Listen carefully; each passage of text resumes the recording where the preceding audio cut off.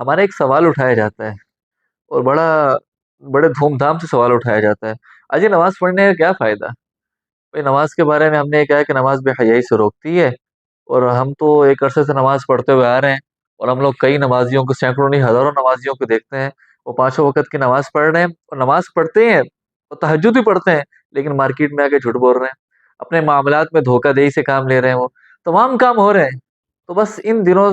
چیزوں سے میرا دل کھٹا ہو گیا، لہٰذا میں نماز نہیں پڑھتا، میں کیونکہ نماز سے مجھے فائدہ نہیں ہو رہا۔ بھائی اللہ سبحانہ و تعالی نے فرمایا کہ ان الصلاۃ تنہی عن الفحشاء والمنکر، کہ نماز بے حیائی سے اور بری باتوں سے روکتی ہے،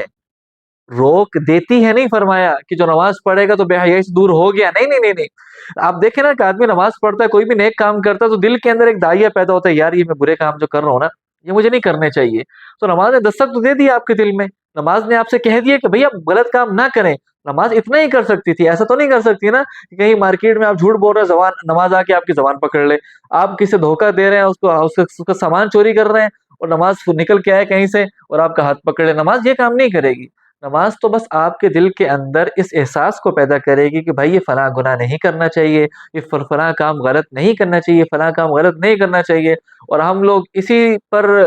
بیٹھ جائیں، اور اسی بنیاد پر ہم لوگ نماز چھوڑ دیں کہ جی نماز کا اصل مقصد تو یہ ہے کہ نماز ہمیں بے حیائی سے روکے، لہٰذا نماز ہمیں بے حیائی سے روکتی نہیں ہے، تو ہم نماز پڑھنا چھوڑ دیں۔ تو ہم نقطے کی بات سمجھیں کہ نماز بے حیائی سے روکتی ہے، روک دیتی نہیں ہے۔